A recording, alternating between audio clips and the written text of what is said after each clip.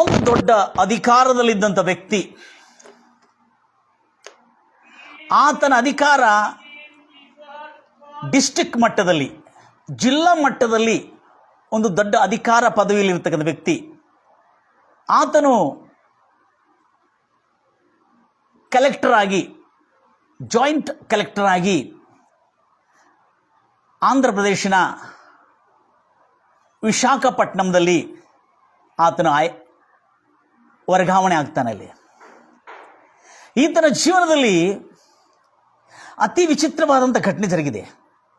ಈತನು ತಹಸೀಲ್ದಾರಿಂದ ಪ್ರಮೋಷನ್ ಆಗಿದ್ದು ಮತ್ತು ಅದರಿಂದ ಅಲ್ಲಿರ್ತಕ್ಕಂಥ ನಕ್ಸಲ್ವಾದಿಗಳ ದಾಳಿಯಿಂದ, ಬಾಂಬ್ ಸ್ಫೋಟದಿಂದ ದೇವರ ಆತನನ್ನು ತಪ್ಪಿಸಿ ನಡೆಸಿರ್ತಾರೆ.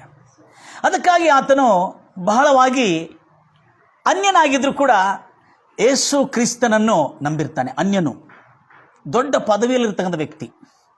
Price Lord Jesus. ಇಂಥ ದೊಡ್ಡ ಪದವಿಯಲ್ಲಿರ್ತಕ್ಕಂಥ ವ್ಯಕ್ತಿ ಮಾರ್ಪಾಟ ಹೊಂದಿ ಆತನು ಪ್ರಾರ್ಥನೆಗೆ ಬರಲಿಕ್ಕಾಗದೇ ಇದ್ರೂ ಕೂಡ ಆತನು ರಾತ್ರಿಯ ವೇಳೆಯಲ್ಲಿ ಈತನನ್ನು ಏನು ಮಾಡ್ತಾರಂದರೆ, ಆ ಒಳ್ಳೆ ಕ್ರೈಸ್ತ ಸಭಾ ಪಾಲಕನು ಅವರ ಪರಿಚಯದಲ್ಲಿ ಬಂದಿರ್ತಾನೆ. ಬಂದಿರುವ ಸಮಯದಲ್ಲಿ ಏನಾಗ್ತಂದ್ರೆ, ಆ ಪರಿಚಯದಲ್ಲಿರ್ತಕ್ಕಂಥ ಆ ಸಭಾಪಾಲಕನು ಮಾಡ್ತಿರ್ತಕ್ಕಂಥ ಕಾರ್ಯವನ್ನು ಏನಂದ್ರೆ, ಈತನು ಪ್ರಾರ್ಥನೆಗೆ ಬರಲಿಕ್ಕೆ ಆಗದೇ ಇದ್ರು ಕೂಡ ರಾತ್ರಿ ವೇಳೆಯಲ್ಲಿ ಕೂಡ ಈತನೇನು ಮಾಡ್ತಿದ್ದನು, ಸುವಾರ್ತೆ ಸಭಾಪಾಲಕರು ಅಂದರೆ ಕ್ರೈಸ್ತ ಚರ್ಚ್ ಪಾಸ್ಟರ್ ಅವರಿಗೆ ಹೋಗಿ ದೇವರ ಸುವಾರ್ತೆ ಹೇಳಿ ಈತನು ಬಹುಭಯಂಕರವಾದಂಥ ಅಪಾಯದಿಂದ ತಪ್ಪಿಸಿಕೊಂಡಿದ್ದಾನೆ. ಬಹುಭಯಂಕರವಾದಂಥ ಅಪಾಯದಿಂದ ತಪ್ಪಿಸಿಕೊಂಡಿದ್ದಾನೆ. ಈಗ ಸುವಾರ್ತೆಯನ್ನು ಹೇಳ್ತಾ ಯೇಸು ಕ್ರಿಸ್ತನಲ್ಲಿ ನಂಬಿಕೆ ಬೆಳೀತಾ ಇದೆ. ಆದರೆ ಈ ಒಂದು ಜಾಯಿಂಟ್ ಕಲೆಕ್ಟರ್ ಎಂಬ ಪದವಿಯಲ್ಲಿದ್ದಂಥ, ಈ ಪದಕದಲ್ಲಿದ್ದಂಥ, ಪದಾಸೀನನಾಗಿರ್ತಕ್ಕಂಥ, ದೊಡ್ಡ ಅಧಿಕಾರದಲ್ಲಿದ್ದಂಥ, ಪ್ರೈಸ್ ಲಾರ್ಡ್ ಜೀಸಸ್, ಈ ವ್ಯಕ್ತಿ ಆ ಸುವಾರ್ತಿಗನ ಬಂದು ದೇವರ ವಾಕ್ಯವನ್ನು ಹೇಳ್ತಾ ಇರುವಾಗ ಈತನಲ್ಲಿ ಒಂದು ಮಾರ್ಪಾಟ ಬರಲಿಕ್ಕೆ ಒಂದು ಅದ್ಭುತ ಆಗಿದೆ. ಆತನ ಜೀವನದಲ್ಲಿ ಆತನ ಪ್ರಾಣವನ್ನು ಕಾಪಾಡಿದ್ದಾನೆ. ಇನ್ನೊಂದು, ಆತನಿಗೆ ಪ್ರಮೋಷನ್ ಆಗಬಾರ್ದಾಗಿರ್ತಕ್ಕಂಥ ಪ್ರಮೋಷನ್ ಆತನಿಗೆ ಅದ್ಭುತ ರೀತಿಯಿಂದ ಪ್ರಮೋಷನ್ ಆಗಿತ್ತು. ಈ ಸಮಯದಲ್ಲಿ ಈತನು ದೇವರ ವಾಕ್ಯವನ್ನು ಕೇಳ್ತಾ, ದೇವರ ಮಾತನ್ನು ಕೇಳ್ತಾ ಆತನ ಜೀವನ ಮಾರ್ಪಾಟ ಆಗ್ತಾ ಇತ್ತು. ಆದರೆ ಈತನು ಬೈಬಲಲ್ಲಿ ಇರ್ತಕ್ಕಂಥ ಒಂದು ವಚನ ಈತನ ಜೀವನದಲ್ಲಿ ಒಂದು ದೊಡ್ಡ ತಿರುವು ತಂದಿತ್ತು. ಅದೇನೆಂದರೆ,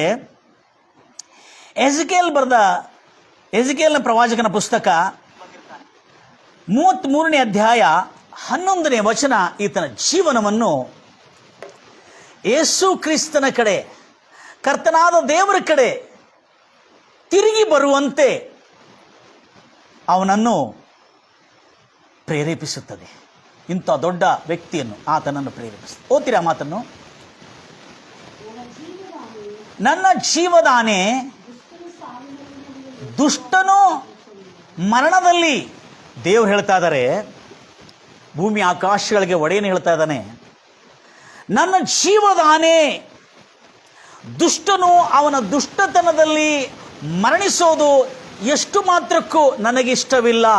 ಅವನು ತನ್ನ ದುಷ್ಟತನವನ್ನು ಬಿಟ್ಟು ತಿರುಗಿಕೊಂಡು, ತನ್ನ ದುರ್ಮಾರ್ಗತನವನ್ನು, ತನ್ನ ಪಾಪವನ್ನು, ತನ್ನ ದ್ರೋಹ ಅಪರಾಧಗಳನ್ನು ಬಿಟ್ಟು ತಿರುಗಿಕೊಂಡು ಬದುಕಿ ರಕ್ಷಣೆ ಹೊಂದುವುದೇ, ಬದುಕುವುದೇ, ಬಾಳುವುದೇ ನನ್ನ ಇಷ್ಟ ಎಂಬುದಾಗಿ ಈ ಮಾತನ್ನು ಹೇಳಿದ ಕೂಡಲೇ, ಆ ವಾಕ್ಯವನ್ನು ಕೇಳಿದ ಕೂಡಲೇ ಈತನಿಗೆ ಇಷ್ಟು ಆಶ್ಚರ್ಯ ಆಗ್ತದೆ. ಅರೇ, ಈತನು ಬಹಳ ದೊಡ್ಡ ಉದ್ಯೋಗದಲ್ಲಿರ್ತಕ್ಕಂಥ ವ್ಯಕ್ತಿ. ಯಾರಿದ್ದರು? District joint collector. ಇವರು ಬಹಳ ದೊಡ್ಡ ಪದವಿಯಲ್ಲಿರ್ತಕ್ಕಂಥ ವ್ಯಕ್ತಿ. ಈ ವ್ಯಕ್ತಿಗೆ ಆಶ್ಚರ್ಯ ಆಗಿದ್ದೇನೆಂದ್ರೆ, ಯೇಸು ಕ್ರಿಸ್ತನು ದೇವರ ಪ್ರೀತಿ ಒಬ್ಬ ದುಷ್ಟನು ನಾಶವಾಗುವುದಲ್ಲ, ಆದರೆ ಈತನ ಕೇಳಿರ್ತಾನೆ. ಯಾರು?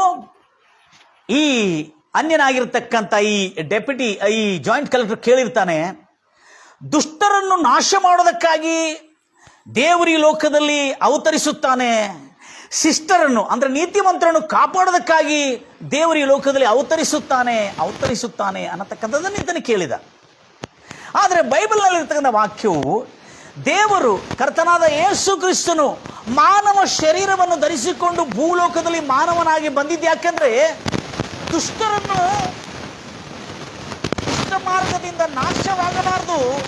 ಅವರು ಶಿಷ್ಟ ಮಾರ್ಗಕ್ಕೆ ಬಂದು ಮನಸ್ಸು ತಿರುಗಿಕೊಂಡು ಅವರು ಬದುಕೋದೇ ಆ ದೇವರ ಇಷ್ಟ ಎಂಬ ಲಕ್ಷಣ ಈ ದೊಡ್ಡ ಪದವಿಯಲ್ಲಿರ್ತಕ್ಕಂಥ ಜಾಯಿಂಟ್ ಕಲೆಕ್ಟರ್ ಅವರ ಮನಸ್ಸನ್ನು ಸೆಳೀತು.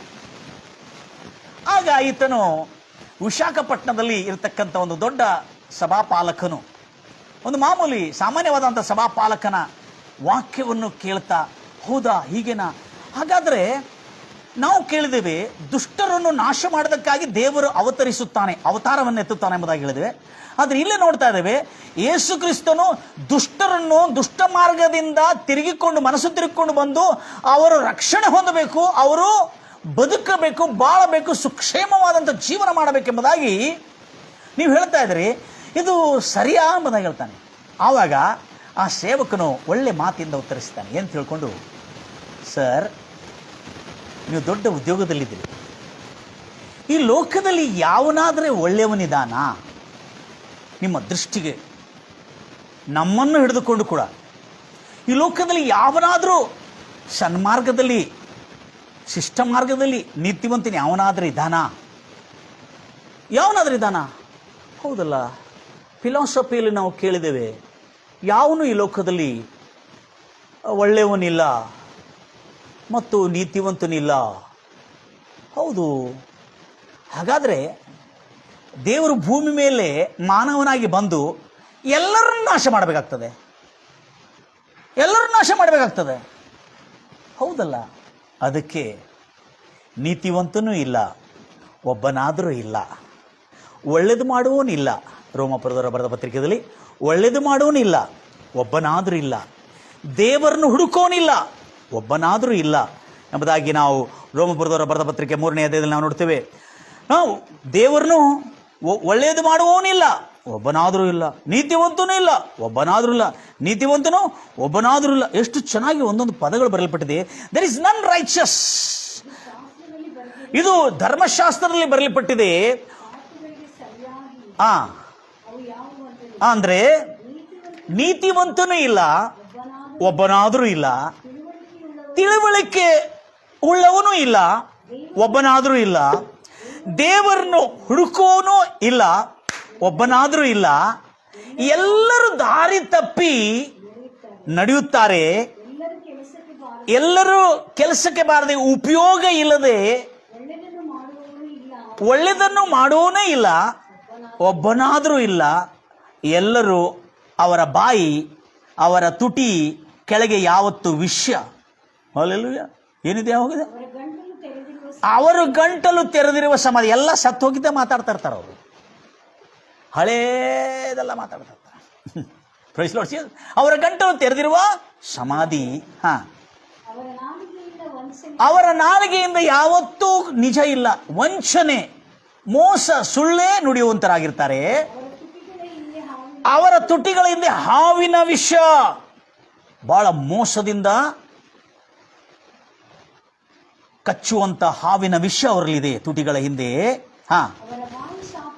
ಅವರ ಬಾಯಿ ಯಾವತ್ತು ಶಾಪದಿಂದಲೇ ತುಂಬಿರುತ್ತದೆ. ಮಾನವನ ಬಾಯಿ ನೋಡ್ರಿ, ಯಾರ ಬಾಯಿ? ಕ್ರೋಧದ ಮಾತು, ಸೇಡಿನ ಮಾತು, ನಾಶಕರವಾದ ಮಾತು ತುಂಬಿಯದೆ. ಅವರ ಕಾಲುಗಳು ಯಾವತ್ತು ರಕ್ತಪಾತಗಳನ್ನು, ಕೊಲೆ, ಪಾಪಿಷ್ಟ ಕೆಲಸ, ದುಷ್ಟತನವನ್ನು ಮಾಡುವುದಕ್ಕಾಗಿ ಪರದಾಡುತ್ತದೆ, ತವಕ ಪಡುತ್ತದೆ. ಅವರು ಹೋಗುವ ದಾರಿಗಳೆಲ್ಲ ನಾಶ.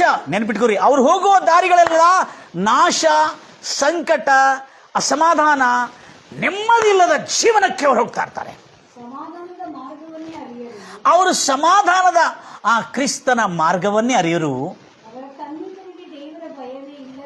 ಅವರ ಕಣ್ಣಿನೊಳಗೆ ದೇವರ ಭಯವೇ ಇಲ್ಲ. ಇದು ಈತನಿಗೆ ಸ್ಪಷ್ಟವಾಗಿ ಹೇಳಿದುಕೊಳ್ಳಿ. ಹೌದಲ್ಲ, ಹೌದಲ್ಲ, ದೇವರ ಭಯ ಇಲ್ಲದೆ ದುರ್ಮಾರ್ಗತನದಲ್ಲಿ ಯಾವತ್ತು ತುಟಿ ಕೆಳಗೆ ಮೋಸ, ವಂಚನೆ, ಬೇರೆಯವ್ರ ಬಗ್ಗೆ ಕೇಡು, ಶಾಪ, ಯಾವಾಗ ನೋಡಿದ್ರು ಕುಲ್ಲು ಮಾತುಗಳು. ಎಂಥ ಮಾತುಗಳು? ಕೊಳಕು ಮಾತುಗಳು. ದ್ವೇಷ ಅಸೂಯದಿಂದ ತುಂಬಿರ್ತಕ್ಕಂಥ ಮಾತುಗಳು ಇರ್ತದಲ್ಲ, ಅಂಥವ್ರು ಯಾರಾದರೆ ಒಳ್ಳೆಯವರಿದ್ದಾರೆ ಈ ಲೋಕದಲ್ಲಿ? ಹೌದಲ್ಲ, ಯಾರೂ ಇಲ್ಲ, ನಿಜ, ಯಾರೂ ಇಲ್ಲ.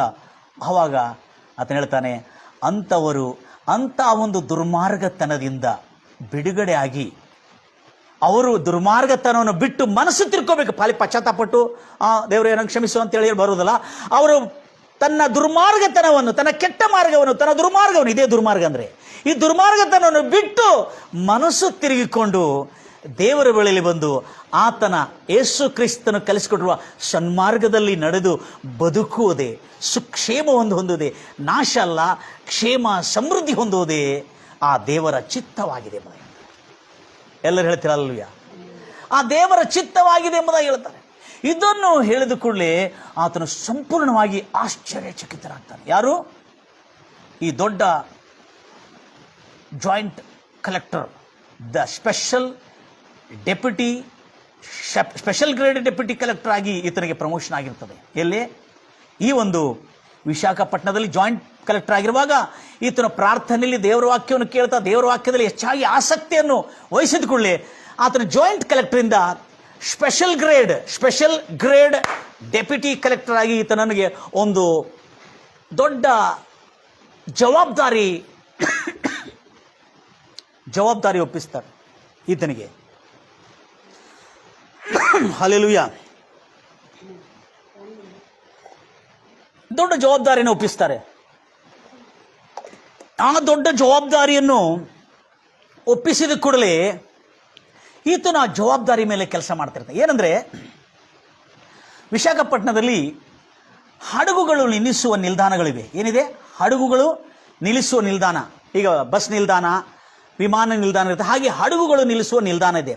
ಆ ನಿಲ್ದಾಣಗಳಲ್ಲಿ ಹಡಗುಗಳು ನಿಲ್ಲಿಸಬೇಕು. ಆದರೆ ಆ ಒಂದು ಗೌರ್ಮೆಂಟ್ನವರು, ಸರ್ಕಾರದವರು ಅಲ್ಲಿ ಒಂದು ಪ್ರೈವೇಟ್, ಖಾಸಗಿ ಹಡಗು, ಸ್ಟೀಮರ್ಗಳು, ಬೋಟ್ಗಳು ನಿಲ್ಲುವ ನಿಲ್ದಾಣವನ್ನು ಕಟ್ಟಬೇಕೆಂಬುದಾಗಿ ಆದೇಶ ಹೊರಡಿಸ್ತಾರೆ. ಆಗ ಆ ನಿಲ್ದಾಣ, ಪ್ರೈವೇಟ್ ನಿಲ್ದಾಣ, ಖಾಸಗಿ ನಿಲ್ದಾಣ ಯಾವುದು? ಹಡಗು, ಸ್ಟೀಮರ್. ಅದಕ್ಕೆ ಬಂದರು ಅಂತಾರೆ ಕನ್ನಡದಲ್ಲಿ. ಬಂದರು ಏನಂತಾರೆ ಕನ್ನಡದಲ್ಲಿ? ಬಂದರು ಅಂತಾರೆ ಹಡಗು ನಿಲ್ದಾಣಕ್ಕೆ. ಕನ್ನಡ ಶಾಲೆಗೆ ಹೋಗಿಲ್ಲ ಕಾಣಿಸ್ತದೆ, ಇಂಗ್ಲೀಷ್ ಮೀಡಿಯಂ ಓದ್ತಾರೆ. ಅದಕ್ಕೆ ಹಡಗು ನಿಲ್ದಾಣಕ್ಕೆ ಪೋರ್ಟ್ ಎಂಬುದಾಗಿ ಹೇಳ್ತಾರೆ. ಪೋರ್ಟ್, ಆ ಪೋರ್ಟ್ ಸ್ಟೀಮರ್, ಬೋಟ್ಗಳೆಲ್ಲ ಬಂದು ನಿಲ್ತವಲ್ಲೇ. ಹಾಗೆ ಒಂದು ಖಾಸಗಿ ನಿಲ್ದಾಣವನ್ನು ಕಟ್ಟೋದಕ್ಕಾಗಿ ಆದೇಶ ಆಗಿದೆ. ಅದಕ್ಕಾಗಿ ಈ ಚಂದ್ರ ಬೋಸ್ ಎಂಬ ಸ್ಪೆಷಲ್ ಗ್ರೇಡ್ ಡೆಪ್ಯೂಟಿ ಕಲೆಕ್ಟರ್ನ್ನು ಆಯ್ಕೆ ಮಾಡಿರ್ತಾರೆ, ಅದಕ್ಕಾಗಿ ನೇಮಿಸಿರ್ತಾರೆ. ಅಲ್ಲಿರ್ತಕ್ಕಂಥ ಎಲ್ಲ ಸುಮಾರು 500 ಮೀನಿನ ಹಡಗುಗಳು, ಮೀನು ಬೇಟೆಯಾಡುವ ಹಡಗುಗಳನ್ನು ಅಲ್ಲಿಂದ ವರ್ಗಾಯಿಸಿ ಮತ್ತು ಆ ಪ್ರದೇಶದಲ್ಲಿರ್ತಕ್ಕಂಥ ಎಲ್ಲ ಮೀನುಗಾರರ ಮನೆಗಳನ್ನು ಅಲ್ಲಿ ತೆರವುಗೊಳಿಸಿ ಅವರಿಗೆ ಬೇರೆ ಮನೆಗಳನ್ನು ಕಟ್ಟಿಕೊಡಬೇಕು. 500 ಹಡಗುಗಳಿಗೆ ತಕ್ಕಂತೆ ಸರ್ಕಾರದವರು ಆ ಪ್ರತಿಯೊಂದು ಹಡಗಕ್ಕೆ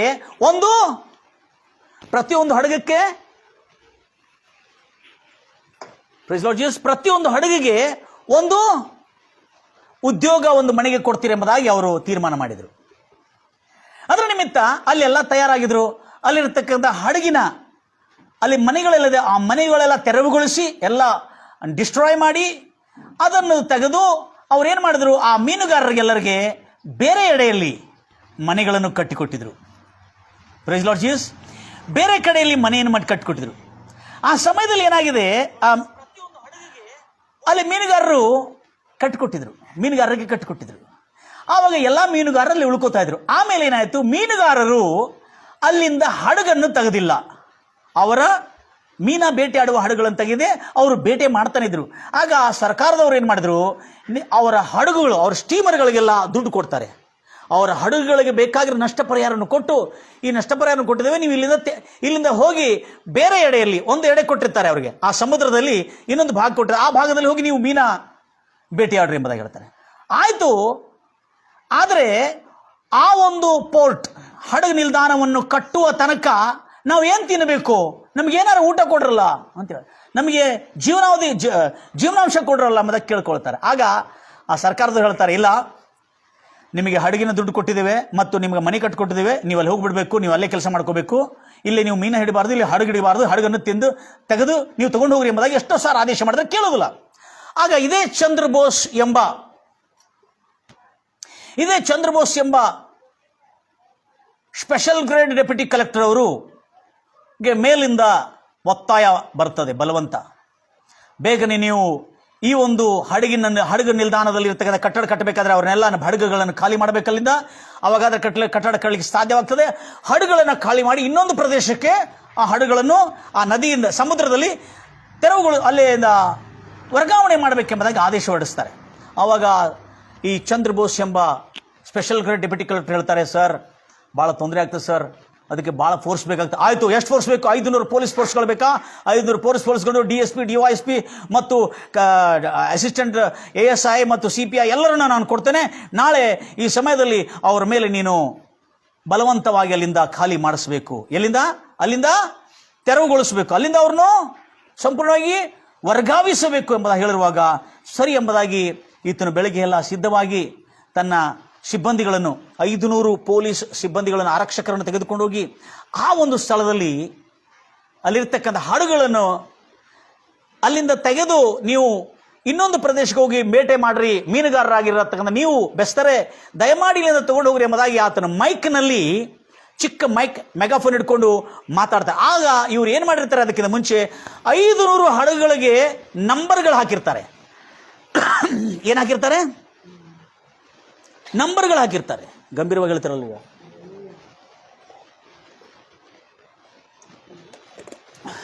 ಲುಕ್ ಆಫ್ಟರ್ ಹರ್ ಪ್ರಾಬ್ಲಮ್. 500 ಹಡಗುಗಳಿಗೆ ನಂಬರ್ಗಳು ಹಾಕಿರ್ತಾರೆ. ನಂಬರ್ಗಳು ಹಾಕಿರುವಾಗ 500 ಹಡಗುಗಳಿಗೆ ನಾವು ಕದಲಿಸೋದಿಲ್ಲ, ಒಂದು ಹಡಗು ಇಲ್ಲಿಂದ ಕದಲಿದ್ರೆ ನಾವು ಸತ್ತು ಹೋಗ್ತೀವಿ ಎಂಬುದಾಗಿ ಮೀನುಗಾರರು, ಬೆಸ್ತರು ಪ್ರತಿಭಟನೆಗೆ ನಿಂತು ಬಿಡ್ತಾರೆ. ಇಲ್ಲ, ನೀವು ಖಾಲಿ ಮಾಡಲೇಬೇಕೆಂಬುದಾಗಿ ಮೈಕ್ನಲ್ಲಿ ಹೇಳ್ತಾ ಇದ್ರು. ಅವರು ಕೇಳುವುದಿಲ್ಲ. ಇಲ್ಲ, ಫೈರಿಂಗ್ ಮಾಡಬೇಕಾಗ್ತದೆ. ಅವಾಗ ಅಲ್ಲ DYSP ಹೇಳ್ತಾರೆ, ಒಂದು ಕೆಲಸ ಮಾಡ್ರಿ, ನಾವು ಗಾಳಿಯಲ್ಲಿ ಫೈರಿಂಗ್ ಮಾಡ್ತೇವೆ. ಅವಾಗ ಹೆದರು ಹೋಗ್ತಾರೆ ಅಂತ ಹೇಳಿದ್ರೆ, ಬೇಡ ಫೈರಿಂಗ್ ಬೇಡ, ಎಲ್ಲೆಲ್ಲೂ ಕೊಲ್ಲಾಗ್ಬಿಡ್ತದೆ ಅಂಥೇಳಿ, ಬೇಡ ಅಂಥೇಳಿ ಈ ಚಂದ್ರಬೋಸ್ ಅವರು ಮೈಕ್ನಲ್ಲಿ ಹೇಳ್ತಾ ಇರ್ತಾರೆ. ಭಾಳಷ್ಟು ಅವರನ್ನು ವಿನಂತಿ ಮಾಡ್ತಾರೆ, ಅವರು ಕೇಳುವುದಿಲ್ಲ. ಆದರೆ ಆ ಹಡಗಿನ ಆ ಒಂದು ಪ್ರತಿಭಟನಾಗಾರರು, ಮೀನುಗಾರರಲ್ಲಿ 3 ಜನ ಮುಂದೆ ಬರ್ತಾರೆ. ಮುಂದೆ ಬಂದು ಈ ಚಂದ್ರಬೋಸ್ ಅವರು ಹೇಳ್ತಾರೆ, ಅಯ್ಯ, ನಿಮಗೆ ಧೈರ್ಯ ಇದ್ದರೆ ನಮ್ಮ ಹಡಗಿನಲ್ಲಿ ಕೂತ್ಕೊಳ್ರಿ, ನಾವು ಹಡಗಿನಲ್ಲಿಂದ ಇನ್ನೊಂದು ಎಡೆಗೆ ನೀವೆಲ್ಲಿ ಹೋಗು ಅಂತ ಹೇಳ್ತೀರ ಅಲ್ಲಿ ನಾವು ತೊಗೊಂಡು ಹೋಗ್ತಾ ಇದ್ದೇವೆ. ನೀವು ಒಂದು ಸಾರಿ ನಮ್ಮ ಹಡಗಿನಲ್ಲಿ ಕೂತ್ಕೊಂಡು ನೀವು ಬಂದುಬಿಟ್ರೆ ಎಲ್ಲ ನಿಮ್ಮ ಜೊತೆಯಲ್ಲಿ ನಾವು ಹೋಗಿದ್ಕೊಳ್ಳಿ ಎಲ್ಲ ಹಡಗುಗಳು ನಮ್ಮ ಹಿಂದೆ ಬಂದುಬಿಡ್ತವೆ ಎಂಬುದಾಗಿ ಹೇಳಿ 3 ಜನ ಅವ್ರ ಹತ್ರ ಬಂದು ಮಾತಾಡಿದ ಕೂಡಲೇ ಸರಿ ಎಂಬುದಾಗಿ, ನೀವು ಒಬ್ಬರು ಬರ್ಬೇಕಂತ ಹೇಳ್ತಾರೆ. ಸರಿ ಎಂಬುದಾಗಿ ಚಂದ್ರಬೋಸ್ ಎಂಬ ಡೆಪ್ಯೂಟಿ ಕಲೆಕ್ಟರ್ ಅವರು, ಗಂಭೀರವಾಗಿ ಹೇಳ್ತಾರಲ್ವ್ಯಾ, ಚಂದ್ರಬೋಸ್ ಎಂಬ ಡೆಪ್ಯೂಟಿ ಕಲೆಕ್ಟರ್ ಅವರು ಏನ್ ಮಾಡ್ತಾರೆ, ಆ ಹಡಗಿನಲ್ಲಿ ಕೂತ್ಕೊಳ್ತಾರೆ. ಹಡಗಿನಲ್ಲಿ ಕೂತ್ಕೊಂಡು ಏನ್ ಮಾಡ್ತಾರೆ, ಗಂಭೀರವಾಗಿ ಹೇಳ್ತಾರಲ್ವ್ಯಾ, ಹಡಗಿನಲ್ಲಿ ಕೂತ್ಕೊಂಡು ಹೋಗ್ತಾ ಇರುವ ಸಮಯದಲ್ಲಿ ಇವರು ಏನ್ ಮಾಡ್ತಾರೆ, ನಾವು ಹೋಗಿದ ಕೂಡಲೇ ಎಲ್ಲ ಹಡಗಿನವರು ಹಿಂದೆ ಎಲ್ಲ ಮೀನುಗಾರರೆಲ್ಲ ಬರ್ತಾರೆ, ಎಲ್ಲ ಜನ ಶಿಫ್ಟ್ ಆಗ್ತಾರೆ ಎಂಬುದಾಗಿ ತಿಳ್ಕೊಳ್ತಾರೆ. ಏನಾಗ್ತಾರೆ, ಶಿಫ್ಟ್ ಆಗ್ತಾರೆ ಎಂಬುದಾಗಿ ತಿಳ್ಕೊಂಡಿದ ಕೂಡಲೇ ಆ ಹಡಗಿನಲ್ಲಿ ಕೂತ್ಕೊಂಡು ಈತನು ಹೋಗ್ತಾನೆ. ಈ 3 ಜನ ಬಿಳಿ ಶರ್ಟ್ ಹಾಕ್ಕೊಂಡು ಮತ್ತು ಪಂಚೆ ಹಾಕ್ಕೊಂಡು ಅವರ ನಾವೇ ನಡೆಸುವ ಆ ಒಂದು ಕಟ್ಟಿಗೆ ನಡ್ಕೊಂಡು ಅದು ನಡೆಸ್ತಾ ಹೋಗ್ತಾ ಇರ್ತಾರೆ. ಹೋಗಿದ್ದ ಕೂಡಲೇ ಇವರು ಈ ಸ್ಪೆಷಲ್ ಗ್ರೇಡ್ ಡೆಪ್ಯೂಟಿ ಕಲೆಕ್ಟರ್ ಅವರು ಅವ್ರ ಜೊತೆಯಲ್ಲಿ ಹೋಗಿ ಇನ್ನೊಂದು ಪ್ರದೇಶಕ್ಕೆ, ಅಲ್ಲೇ ಸಮುದ್ರದ ಇನ್ನೊಂದು ಪ್ರದೇಶಕ್ಕೆ ಅವರು ಹೋಗ್ತಾರೆ. ಹೋಗಿದ್ದ ಕೂಡಲೇ ನಡೆದಿರ್ತಕ್ಕಂಥ ಸಂಗತಿ ಏನಂದ್ರೆ, ಇವ್ರು ಹೋಗ್ತಾರೆ ಬೆಳಿಗ್ಗೆ ಸುಮಾರು 11-11:30 ಹೋಗಿರ್ತಾರೆ. ಅಲ್ಲಿ ಹೋಗಿದ ಕೂಡಲೇ ಅಲ್ಲಿ ಒಂದು ಮನೆಯಲ್ಲಿ ಚಾ ಕೊಡ್ತಾರೆ, ಚಾ ಕೊಟ್ಟು ಟೇಬಲ್ ಹಾಕ್ತಾರೆ, ಕುರ್ಚಿ ಹಾಕ್ತಾರೆ, ಎಲ್ಲ ಹಾಕ್ತಾರೆ. ಮತ್ತು ಊಟದ ಸಮಯ ಆಗಿದ್ದಾಗ ಊಟ ಕೊಡ್ತಾರೆ. ಇವ್ರು ಕೂತಿರ್ತಾನೆ. ಈ 3 ಜನ ಹೋಗಿ ಬಂದಿರ್ತಾರಲ್ಲ ಬಿಡ್ಲಿಕ್ಕೆ, ಅವ್ರು ಬರುವುದೇ ಇಲ್ಲ. ಈತನ ತಿಳ್ಕೊತಾನೆ, ಅವರೆಲ್ಲ ಹಡಗು ತಗೊಂಡು ಬಂದು ಎಲ್ಲ ಈಚೆದಡೆಗೆ ವರ್ಗಾವಣೆ ಮಾಡ್ತಾ ಇದ್ದಾರೆ ಅಂತ ತಿಳ್ಕೊಂಡು ಈತನ ಕೂತ್ಕೊಳ್ತಾನೆ. ಆದರೆ ಸಂಜೆ ಆಯಿತು. ಸಂಜೆ ಆದ ಕೂಡಲೇ ಈತನಿಗೆ ಸ್ವಲ್ಪ ಭಯ ಆಯಿತು. ಏನಪ್ಪ, ಈ ಹಡಗುದಲ್ಲಿ ನಮ್ಮನ್ನು ಬಿಟ್ಟವನಾಗಿರ್ತಾನೆ, ನಮ್ಮನ್ನು ಅವ್ರು ಮತ್ತೆ ಬಂದೇ ಇಲ್ಲ. ಸಂಜೆ ಆತಲ್ಲ, ಇಷ್ಟು ಹೊತ್ತಾತಲ್ಲ, ಇನ್ನೂ ಯಾರು ಬಂದಿಲ್ಲ ಎಂಬುದಾಗಿ ಅಲ್ಲಿ ಅವರನ್ನು ಹಾಕಿರ್ತಕ್ಕಂಥ ಆ ಡಾಲ್ಫಿನ್ ಬೆಟ್ಟಗಳ ಮಧ್ಯದಲ್ಲಿರ್ತಕ್ಕಂಥ ಆ ವಿಶಾಖಪಟ್ಟಣದಲ್ಲಿ ಆ ಡಾಲ್ಫಿನ್ ಬೆಟ್ಟಗಳಿರ್ತಕ್ಕಂಥ ಅಲ್ಲಿ ಹೋಗಿ ಅವ್ರಿಗೇನು ಮಾಡಿದ್ರು, ಅಲ್ಲಿ ಇಟ್ಟಿದ್ರು. ಅವ್ರೇನು ಮಾಡಿದ್ರು, ಅಲ್ಲಿಗೆ ಹೊಸದಾಗಿ ಮೊಬೈಲ್ ಬಂದಿತ್ತು. ಆದ ಕಾರಣ ಅಲ್ಲಿ ಮೊಬೈಲ್ ಸಿಗ್ನಲ್ ಬರ್ತಾ ಇಲ್ಲಾಗಿತ್ತು. ಈತನು ಎಷ್ಟು ಇದು ಮಾಡಿದ್ರು, ಪ್ರಯತ್ನ ಮಾಡಿದ್ರು ಆಗ್ತಾ ಇಲ್ಲಾಗಿತ್ತು. ಈತನೊಬ್ಬನೇ ಅನುಮಾನ ಬಂತು ಈತನಿಗೆ. ಇಳಿದು ಬೇಗನೆ ಆ ಮನೆಯಿಂದ ಹೊರಗೆ ಬಂದು ಒಬ್ರು ಕೇಳ್ತಾನೆ, ನನಗೆ ಸ್ವಲ್ಪ ಆ ಬೆಟ್ಟದ ಆಚೆ ತಲುಪಬೇಕು, ನಾವು ಬೆಟ್ಟದ ಆಚೆ ಹೋಗ್ಲಿಕ್ಕೆ ಆಗೋದಿಲ್ಲ ಅಂತೇಳಿ ನೀವು ಬೈಕ್ ಹತ್ತೋದಿದ್ರೆ ನಾವು ಬೈಕ್ ಸ್ಟ್ಯಾಂಡ್ ಅಂದರೆ ನಾನು ಒಂದು ಬಸ್ ಸ್ಟ್ಯಾಂಡ್ ಅಥವಾ ಅಲ್ಲಿ ಕಾರ್ ನಿಲ್ದಾಣ ಹತ್ರ ತೆಗೆದುಕೊಂಡು ಹೋಗ್ತೀವಿ ಎಂಬುದಾಗಿ ಆ ಯುವಕರು ಹೇಳಿದ್ಕೊಳ್ಳಿ ಅವರ ಬೈಕ್ನಲ್ಲಿ ಕೂತ್ಕೊಂಡು ಕಾರ್ ನಿಲ್ದಾಣಕ್ಕೆ ಹೋಗಿ ಆ ಕಾರನ್ನು ಬಾಡಿಗೆಗೆ ಮಾಡಿಕೊಂಡು ತಿರುಗಿ ವಾಪಸ್ ಬರುವುದಕ್ಕಾಗಿ ಆತನಿಗೆ ಕಾರ್ನಿಂದ ರಾತ್ರಿ 10 ಗಂಟೆ 10:30 ಸುಮಾರಾಗ್ತದೆ. ಆತನು ನೇರವಾಗಿ ಕಲೆಕ್ಟರ್ ಆಫೀಸ್ಗೆ ಹೋಗ್ತಾನೆ. ಕಲೆಕ್ಟರ್ ಆಫೀಸ್ಗೆ ಹೋದರೆ ಕಲೆಕ್ಟರ್ ಆಫೀಸಿಂದ ಮನೆಗೆ ಹೋಗ್ತಾನೆ. ಮನೆಗೆ ಹೋದರೆ ಕಲೆಕ್ಟರ್ ಅವ್ರು ನೋಡಿ ಆಶ್ಚರ್ಯಪಡ್ತಾರೆ. ನೀ ಎಲ್ಲಿದ್ದಿ ಇಷ್ಟುವರೆಗೆ ಅಂತ ಕೇಳ್ತಾರೆ. ನಾ ಎಲ್ಲಿದ್ದೆ ಅಂತ ಹೆಂಗೆ ಕೇಳ್ತೀರಿ? ನಾನು DSP ಅವ್ರ ಮುಂದೆಯಿಂದಲೇ ನಾನು ಅದು ಬೇರೆ ಒಂದು ಆ ಹಡಗನ್ನು ನಾವು ಖಾಲಿ ಮಾಡ್ತೀವಿ ಅಂದರೆ ಅವ್ರ ಜೊತೆಲಿ ಹೋಗಿದ್ದೇನೆ. ಎಲ್ಲಿ ಹೋಗಿದ್ರಿ ನೀವು? ನಿಮ್ದು ಪತ್ತೆನೇ ಸಿಗ್ತಾ ಇಲ್ಲ. ನಿಮ್ಮ ವಿಷಯದಲ್ಲಿ ಭಾಳಷ್ಟು ತೊಂದರೆ ಆಯಿತು. ನೀವು ಒಂದು ಕೆಲಸ ಮಾಡ್ರಿ, ಭಾಳ ದೊಡ್ಡ ಏನಾಗಿದೆ, ಅಲ್ಲೋಲು ಕೊಲ್ಲಲಾಗಿಬಿಟ್ಟಿದೆ, ಘರ್ಷಣೆ ಆಗಿಬಿಟ್ಟಿದೆ ಪೊಲೀಸರು ಮತ್ತು ಮೀನುಗಾರರ ಮಧ್ಯದಲ್ಲಿ. ಆ ಮೀನುಗಾರರ ಮತ್ತು ಪೊಲೀಸರ ಮಧ್ಯದಲ್ಲಿ ಆಗಿರುವ ಘರ್ಷಣೆಯಲ್ಲಿ ನಮ್ಮ ಪೊಲೀಸರು ಮತ್ತು ನಮ್ಮ DYSP ಕೋಮಾನಲ್ಲಿದ್ದಾನೆ. ಅವರು ಕಲ್ಲು ತೂರಾಟಗಳಲ್ಲಿ ಮತ್ತು ಅನೇಕ ಜನರು ಗಾಯಗೊಂಡಿದ್ದಾರೆ. 850 ಜನ. ಅಷ್ಟೇ ಅಲ್ಲದೆ 5 ಬೆಸ್ತರು ಮೀನುಗಾರರು ಸತ್ತೋಗ್ಬಿಟ್ಟಿದ್ದಾರೆ. ಅದರ ಮಧ್ಯದಲ್ಲಿ ನೀವೆಲ್ಲಿ ಹೋಗ್ಬಿಟ್ರಿ? ಮಾಯ ಆಗಿಬಿಟ್ಟಿದ್ರಲ್ಲ. ನಿಮ್ಮ ಗುರುತೆ, ನಿಮ್ಮ ಪತ್ತೆನೇ ಸಿಗ್ತಾ ಇಲ್ಲ, ಏನಾಗ್ಬಿಟ್ಟಿದೆ ಎಂಬುದು ಹೇಳಿರುವಾಗ ಅವ್ರು ಹೇಳಲಿಕ್ಕೆ ಹೋಗ್ತಾ ಇದ್ದಾರೆ. ಅದು ಆಮೇಲೆ ಆಗಲಿ, ನೀನು ಮೊದಲು ಕಿಂಗ್ ಜಾರ್ಜ್ ಎಂಬ ಹಾಸ್ಪಿಟ್ಲಿಗೆ, ಎಲ್ಲೇ ವಿಶಾಖಪಟ್ಟಣದಲ್ಲಿ ಕಿಂಗ್ ಜಾರ್ಜ್ ಎಂಬ ಹಾಸ್ಪಿಟ್ಲಿಗೆ ಹೋಗು, ಅಲ್ಲಿ ಭಾಳ ಜನರು ಗಾಯಾಳಾಗಿದ್ದಾರೆ, ಎಷ್ಟು ಜನಕ್ಕೆ ಪೋಸ್ಟ್ ಮಾರ್ಟ್ ಆಗಿದೆ, ಎಷ್ಟು ಜನ ತೀರ್ಕೊಂಡು ಹೋಗಿದ್ದಾರೆ, ಎಲ್ಲ ರಿಪೋರ್ಟ್ ತಗೋಬೇಕೆಂಬುದು ಹೇಳಿರುವಾಗ ಈತನ ಆಶ್ಚರ್ಯಚಕಿತ ಆಗ್ತಾನೆ. ಯಾರು?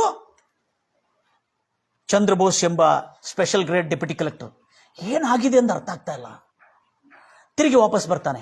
ವಾಪಸ್ ಬಂದು ಕಿಂಗ್ ಜಾರ್ಜ್ ಎಂಬ ಹಾಸ್ಪಿಟ್ಲ್ ಹೋಗೋ ಭಾಳ ದೊಡ್ಡ ಕಾಂಪೌಂಡು, ಅದರ ಒಳಗೆ ಹೋಗಲಿಕ್ಕೆ ಜಾರ್ಜ್ ಹಾಸ್ಪಿಟ್ಲ್ ಹೋಗಲಿಕ್ಕೆ ಗೇಟಿಂದ ಅರ್ಧ ಕಿಲೋಮೀಟರ್ ದೂರ ಆಗ್ತದೆ. ಗೇಟಿಂದ ಅರ್ಧ ಕಿಲೋಮೀಟರ್ನಲ್ಲಿ ಎಲ್ಲ TV ವರದಿಗಾರರು, ವರದಿ ಕೊಡೋರು, ಲೈವ್ ಆಗಿ ತೆಗೆಯೋರು, ನೇರ ಪ್ರಸಾರ ಮಾಡೋರು, ಎಲ್ಲ ವ್ಯಾನ್ಗಳು, ಈ ಟಿವಿ ತೆಲುಗು, ಜೆಮಿನಿ TV ಮತ್ತು ಏನೇನು ಟಿವಿಗಳಿದೆ, ಎಲ್ಲ ವಾರ್ತೆಗಳ ಟಿವಿಗಳೆಲ್ಲ ವ್ಯಾನ್ಗಳೆಲ್ಲ ಬಂದು ನಿಂತಿದೆ. ಅಲ್ಲೆಲ್ಲ ವಾರ್ತೆ ನಡೀತಾ ಇದೆ, ಎಲ್ಲ ಜನ ನೋಡ್ತಾ ಇದ್ದಾರೆ. ಆಗ ಈ ವ್ಯಕ್ತಿ ಯಾರು, ಸ್ಪೆಷಲ್ ಗ್ರೇಡ್ನಲ್ಲಿರ್ತಕ್ಕಂಥ ಈ ಒಂದು ಡೆಪ್ಯೂಟಿ ಕಲೆಕ್ಟರ್ ಅವರು ಇಳಿದು ಅಲ್ಲಿ ಬಂದ ಕೂಡಲೇ ಆ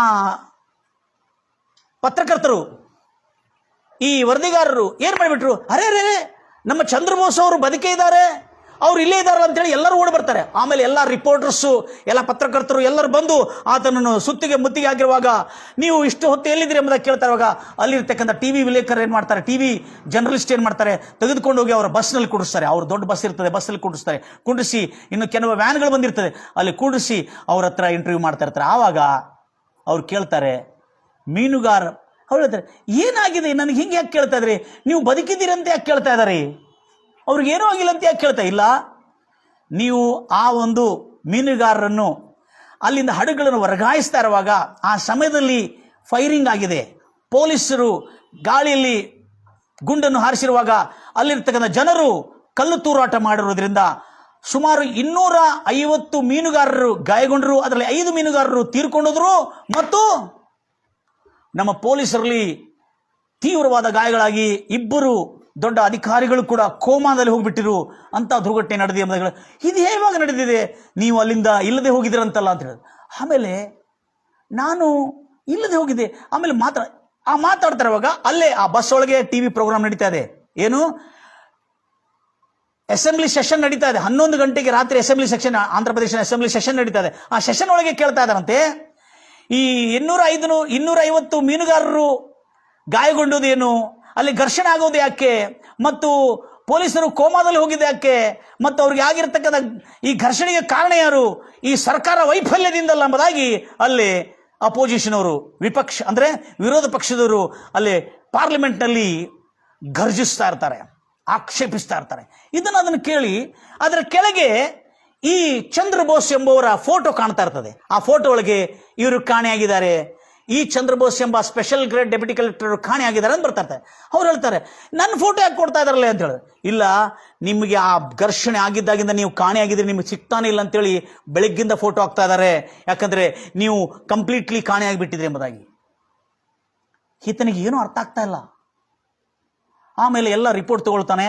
250 ಜನ ಗಾಯಾಳು, 500 ಜನ 5 ಜನ ತೀರ್ಕೊಂಡ್ಬಿಟ್ಟು ಅವ್ರು ಪೋಸ್ಟ್ ಮಾರ್ಟಮ್ ನಡೀತದೆ, ಮತ್ತು ಕೆಲವು ಪೊಲೀಸರು ಗಾಯಗೊಂಡಿದ್ದಾರೆ, ಮತ್ತು ಕೆಲವು ಪೊಲೀಸರು ಕೋಮಾದಲ್ಲಿದ್ದಾರೆ ಎಂಬುದನ್ನು ಹೇಳ್ಕೊಂಡು ರಿಪೋರ್ಟ್ ತೆಗೆದುಕೊಂಡೋಗಿ ರಾತ್ರಿ 11-11:30 ಗಂಟೆಗೆ ಮತ್ತು ಆ ಮಧ್ಯರಾತ್ರಿಯ ಸಮಯದಲ್ಲಿ ಈ ಕಲೆಕ್ಟರ್ ಅವರು ರಿಪೋರ್ಟ್ ತೊಗೊಂಡೋಗಿ ಹೇಳ್ತಾರೆ, ಯಾರಿಗೆ? ಮುಖ್ಯ ಕಲೆಕ್ಟರ್ ಆಫೀಸರ್ಗೆ ಹೇಳ್ತಾರೆ, ಇಂಥ ಘಟನೆ ಜರುಗಿದೆ ಎಂಬುದಾಗಿ. ಆವಾಗ ಕಲೆಕ್ಟರ್ ಆಫೀಸರ್ ಹೇಳ್ತಾರೆ, ಈತನ ಲೆಕ್ಕವನ್ನು ಕೊಟ್ಟು, ಚಂದ್ರಬೋಸ್ ಎಂಬ ಸ್ಪೆಷಲ್ ಗ್ರೇಡ್ ಡೆಪ್ಯೂಟಿ ಕಲೆಕ್ಟರ್ ಲೆಕ್ಕವನ್ನು ಕೊಟ್ಟು ವಾಪಸ್ ಹೋಗ್ತಾರವಾಗ, ಅಯ್ಯ ಸ್ವಲ್ಪ ನಿಂದ್ರಯ್ಯ, ನಿಮ್ಮ ಹೆಂಡತಿ ಎಷ್ಟು ಸಾರಿ ಫೋನ್ ಮಾಡಿದಾಳೆ ನಮಗೆ, ದಯಮಾಡಿ ಫಸ್ಟ್ ನಿಮ್ಮ ಹೆಂಡತಿಗೆ ಫೋನ್ ಮಾಡಿ ಅಂತ ಹೇಳ್ತಾರೆ. ಯಾಕೆ ರೀ? ನಿಮ್ಮ ಹೆಂಡತಿ ತುಂಬ ಕಳವಳಗೊಂಡಿದ್ದಾಳೆ, ದಿಗುಲು ಪಡ್ತಾ ಇದ್ದಾಳೆ, ಮೊದಲು ಫೋನ್ ಮಾಡಿ ಎಂಬುದಾಗಿ ಹೇಳ್ತಾರೆ.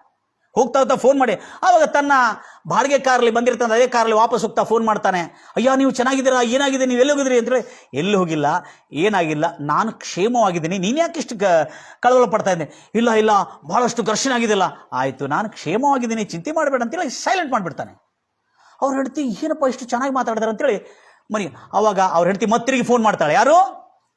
ಚಂದ್ರಬೋಸ್ ಅವರ ಹೆಂಡತಿ ಕ್ರೈಸ್ತ ಸಭೆಗೆ ಒಂದು ವಿಶ್ವಾಸಿಯಾಗಿ ಪ್ರಾರ್ಥನೆಗೆ ಹೋಗ್ತಿರುವಳು. ಅವಳು ಹೇಳ್ತಾಳೆ, ಅಯ್ಯನವರೇ, ಬರುವಾಗ ಚಂದ್ರಬೋಸ್ ತನ್ನ ಪತಿಗೆ ಡೆಪ್ಯೂಟಿ ಕಲೆಕ್ಟರ್ಗೆ ಹೇಳ್ತಾರೆ, ಬರುವಾಗ ಮಾರ್ಗದಲ್ಲೇ ಮನೆ ಹತ್ರನೇ ಪಾಸ್ಟರ್ ಅವ್ರ ಮನೆ ಇದೆ, ಆ ಚರ್ಚ್ ಪಾಸ್ಟರ್ ಹತ್ರ ಹೋಗಿ ಪ್ರಾರ್ಥನೆ ಮಾಡಿಸಿಕೊಂಡು ಮಾತಾಡಿಸಿ ಬನ್ನಿ, ಯಾಕಂದರೆ ಅವರು ಬಹಳ ಸಾರಿ ಬಂದು ಹೋಗಿದ್ದಾರೆ, ನಿಮ್ಮ ವಿಷಯದಲ್ಲಿ ಬಹಳ ಚಿಂತನೆಗೊಂಡಿದ್ದಾರೆ ಅಂತ ಹೇಳಿದ್ಕೊಳ್ಳಿ. ಹೌದಾ ಅಂಥೇಳಿ ಬರುವಾಗ ಪಾಸ್ಟರ್ ಅವ್ರ ಹತ್ರ ಭೇಟಿ ಆಗ್ತಾರೆ. ಮಾರ್ಗದಲ್ಲಿ ಭೇಟಿ ಆಗಿದ್ಕೊಳ್ಳಿ, ಆ ಪಾಸ್ಟರ್ ಅವರು ಕೇಳ್ತಾರೆ, ಮೇಲಿಂದ ಕೆಳಗವ್ರು ನೋಡ್ತಾರೆ, ಯಾರನ್ನು? ಚಂದ್ರಬೋಸ್ ಅವ್ರನ್ನು. ಏನಾಗಿಲ್ಲಲ್ಲ, ನನಗೆ ಏನಾಗಿಲ್ಲ, ನಾನು ಕ್ಷೇಮವಾಗಿದ್ದೇನೆ. ಹೌದಾ, ದೇವರಿಗೆ ಸ್ತೋತ್ರ ಅಂಥೇಳಿ ಆ ಪಾಸ್ಟರ್ ಅವರು, ದೇವರು ನಿಮ್ಮನ್ನು ಬಹು ಭಯಂಕರವಾದಂಥ ಅಪಾಯದಿಂದ ಕಾಪಾಡಿದ್ದಾನೆ. ಕೇಳ್ತಾ, ಏನಪ್ಪ ಈ ಮನುಷ್ಯ ಹೆಂಗೆ ಮಾತಾಡ್ತಾನೆ? ಹೌದಾ, ಸರಿ. ಆವಾಗ ನಿಮ್ಮ ವಿಷಯದಲ್ಲಿ ಬೈಬಲಲ್ಲಿ ಬರೆಯಲ್ಪಟ್ಟಿದೆ, ನಿಮ್ಗೆ ಗೊತ್ತಿದೆಯಾ ಅಂತ ಹೇಳ್ತಾರೆ. ನಮ್ಮ ವಿಷಯದಲ್ಲಿ ಬರೆಯಲ್ಪಟ್ಟಿದೆ? ಎಲ್ಲಿ ಬರೆಯಲ್ಪಟ್ಟಿದೆ? ಕೀರ್ತನೆ 91 7ನೇ ವಚನವನ್ನು ಓದ್ತೀರಿ. ನಿನ್ನ ಮಗ್ಗುಲಲ್ಲಿ 1000 ಜನರು, ನಿನ್ನ ಬಲಗಡೆಯಲ್ಲಿ 10,000 ಜನರು ಸತ್ತು ಬಿದ್ದರು, ನಿನಗೇನು ತಟ್ಟದು, ಅದು ನಿನ್ನ ಬಳಿಗೆ ಬರುವುದಿಲ್ಲ, ತಟ್ಟುವುದಿಲ್ಲ. ಎಷ್ಟು ದೊಡ್ಡ ಉಪದ್ರವವು ನಿನಗೆ ಬಂದರು, ಮಾರಕ ಸೋಂಕುಗಳು ಬಂದು 10,000 ಜನ ಸತ್ತೋದ್ರು, ಅಥವಾ ಕೇಡು ನಿಮ್ಮ ಮೇಲೆ ಬಂದು ನಿಮ್ಮ ಪಕ್ಕದಲ್ಲಿ ಮತ್ತು ನಿಮ್ಮ ಬಲಗಡೆಯಲ್ಲಿ 1000 ಮತ್ತು 10,000 ಜನ ಸತ್ತು ಬಿದ್ದರೂ ಕೂಡ ಆ ಕೇಡು ನಿನ್ನ ಬಳಿಗೆ ಬರಲಾರದು ಇದು ಹೇಳ್ತಾನೆ. ಹೌದಾ, ನೋಡ್ತಾನೆ. ಹೌದು.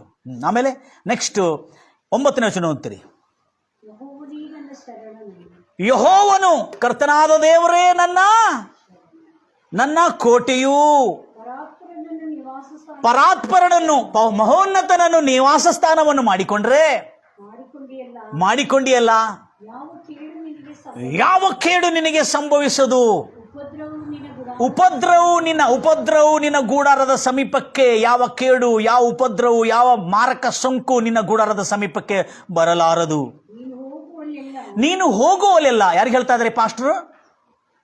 ಆ ಸ್ಪೆಷಲ್ ಗ್ರೇಡ್ ಡೆಪ್ಯೂಟಿ ಕಲೆಕ್ಟರ್ ಹೇಳ್ತಾರೆ, ನೀನು ಹೋಗುವಲ್ಲೆಲ್ಲ ನಿನ್ನನ್ನು ಕಾಯುವುದಕ್ಕೆ ಆತನು ನಿನ್ನ ವಿಷಯವಾಗಿ ಸ್ಪೆಷಲ್ ದೇವದೂತರನ್ನು ಏನ್ ಮಾಡ್ತಾರೆ? ಸ್ಪೆಷಲ್ ದೇವದೂತರನ್ನು ನೇಮಿಸಿದ್ದಾನೆ ದೇವರು. ನಿನ್ನ ಕಾಲು ಕಲ್ಲಿಗೆ ತಗಲದಂತೆ ಅವರು ನಿನ್ನನ್ನು ಕೈಗಳಲ್ಲಿ ಎತ್ತಿಕೊಳ್ಳುವರು, ಸಿಂಹಗಳ ಮೇಲೆ ಅವರು ನಡೀಲಿ, ಪ್ರಾಯದ ಸಿಂಹವನ್ನು ತುಳಿದು ಘಟಸರ್ಪವನ್ನು ತುಳಿದು ಬಿಡಲಿ. ಅವನು ನನ್ನಲ್ಲಿ ಆಸಕ್ತನಾಗಿರುವುದರಿಂದ, ಪ್ರೀತಿ ತೋರುವುದರಿಂದ, ನನ್ನನ್ನು ಪ್ರೀತಿಸುತ್ತಿರುವುದರಿಂದ ಅವನನ್ನು ರಕ್ಷಿಸುವೆನು. ನನ್ನ ಆ ಮಹೋನ್ನತ ನಾಮವನ್ನು ಅರಿತಿರುವುದರಿಂದ ಅವನನ್ನು ಉದ್ಧರಿಸುತ್ತೇನೆ. ಅವನು ನನಗೆ ಸಂಕಟಗಳಲ್ಲಿ ಮೊರೆ ಇಡುವಾಗ, ಪ್ರಾರ್ಥನೆ ಮಾಡುವಾಗ ಅವನಿಗೆ ಸದುತ್ತರವನ್ನು ದಯಪಾಲಿಸುವೆನು. ಎಲ್ಲಿದ್ದು? ಇಕ್ಕಟ್ಟಿನಲ್ಲಿ ಹತ್ತಿರವಿದ್ದು ಅವನನ್ನು ಇಕ್ಕಟ್ಟಿನಿಂದ ತಪ್ಪಿಸಿ ಅವನ ಅಷ್ಟಿಗೆ ಬಿಡುದಿಲ್ಲ, ಗಣಪಡಿಸುತ್ತೇನೆ. ಅವನಿಗೆ ದೀರ್ಘಾಯುವನ್ನು ಅನುಗ್ರಹಿಸಿ ತೃಪ್ತಿಪಡಿಸುವೆನು, ದೀರ್ಘಾಯನ ಅನುಗ್ರಹಿಸಿ ತೃಪ್ತಿಪಡಿಸುವೆನು. ದೇವರು ಹೇಳ್ತಾ ಇದ್ದಾರೆ, ನನ್ನ ವಿಶೇಷವಾದ ರಕ್ಷಣೆಯನ್ನು ಅಂಥವರಿಗೆ ತೋರಿಸುತ್ತೇನೆ ಎಂಬುದಾಗಿ. ರಕ್ಷಣೆ ಅಂದ್ರೆ ಏನು ಗೊತ್ತಿದೆ? ಇದೇ ರಕ್ಷಣೆ. ಪಾಪದಿಂದ ರಕ್ಷಿಸೋದು ಮಾತ್ರವಲ್ಲ, ನರಕದಿಂದನೂ ರಕ್ಷಿಸುತ್ತಾನೆ, ಹೌದು.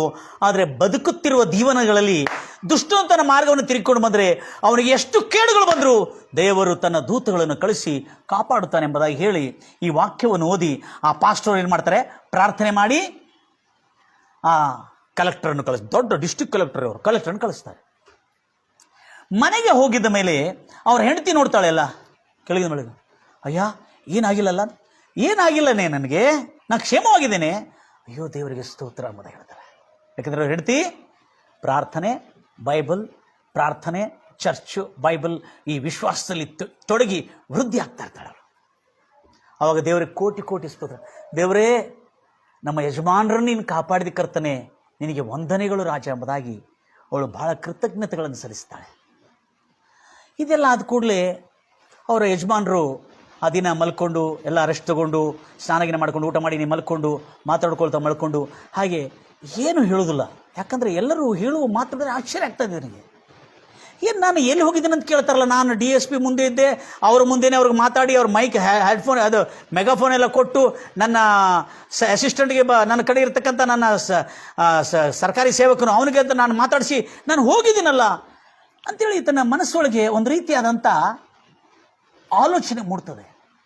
ಆ ರಾತ್ರಿ ಹೇಗಾರ ಮಲ್ಕೊಂಡು ಕೆಲವು ದಿನಗಳು ಆತನಿಗೆ ವಿಶ್ರಾಂತಿ ಕೊಟ್ಟಿರ್ತಾರೆ ಸರ್ಕಾರದವರು.